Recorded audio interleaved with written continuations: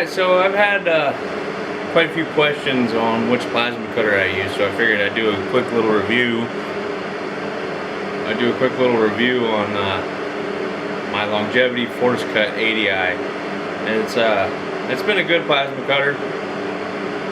It's cut everything I've asked it to cut, and I'll show you the machine. It's got a digital readout there. It's CNC ready, and you know, you can adjust your post flow and your amperage and how much air pressure you got. I usually run it around 80 psi. I think that's what they recommend. But the thing that I like about it is at 63 amps, it's 100% duty cycle. At 80 amps, it's 60% duty cycle.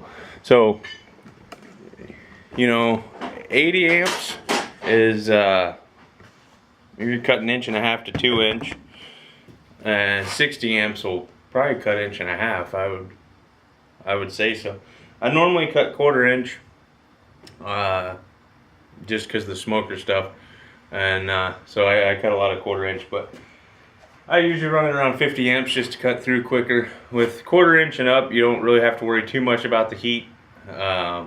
I just try to cut as fast as possible. It keeps it cool. Now on thinner material like 1/8 inch, sheet metal, stuff like that, I'll try to find the amperage I need so it doesn't warp that too much.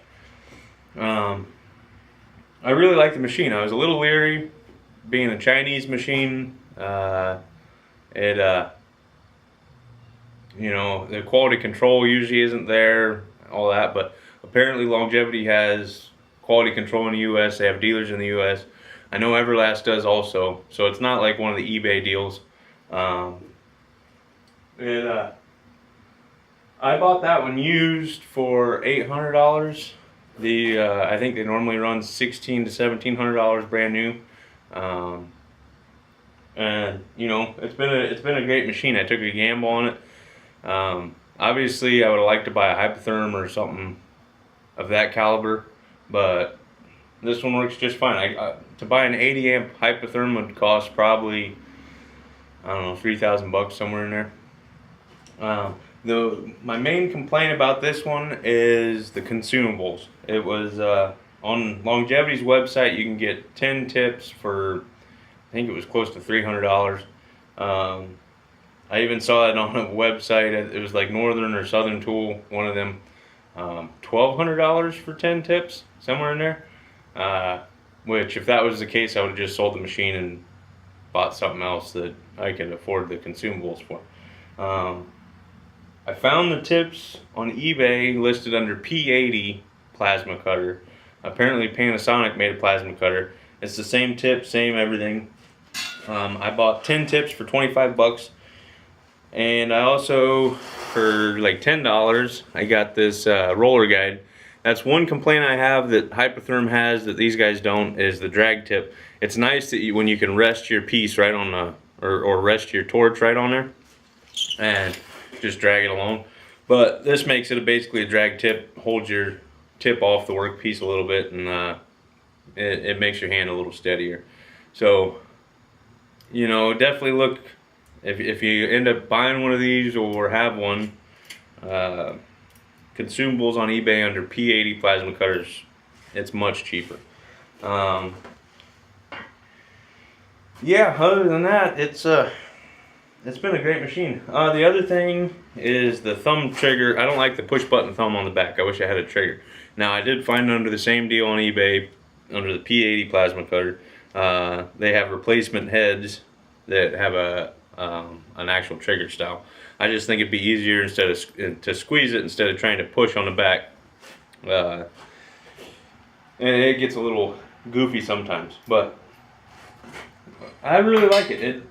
It cuts some pretty smooth cuts. I cut this here with it, and I mean, I haven't cleaned it up or nothing, but I mean, I use this thing for everything. I pretty much don't have a cutting torch anymore. I just use the plasma cutter for everything. Yeah, other than that, it's I would highly recommend it. It's a good machine. I've used it for many hours in a day, and I've had this one for, I would say, a year and a half now. And you know, obviously it was pre-owned, so it got used. I know the guy used it for a CNC table, so who knows how long it ran before I owned it, but it's given me absolutely no problems. Like I said, the hardest part was finding consumables for it. Now that I got that figured out, you can buy consumables straight from China for it, like $45 for 100 tips, which that's what I'll end up doing. But I wanted to buy these from a U.S. seller to make sure that they were going to fit this machine. So that's my little mini review on that. And yeah, let me know if you guys want a video on cutting stuff. I mean, I'm sure I could round up, you know, some thicker material, show you how it cuts. But just let me know in the comments below. Thanks.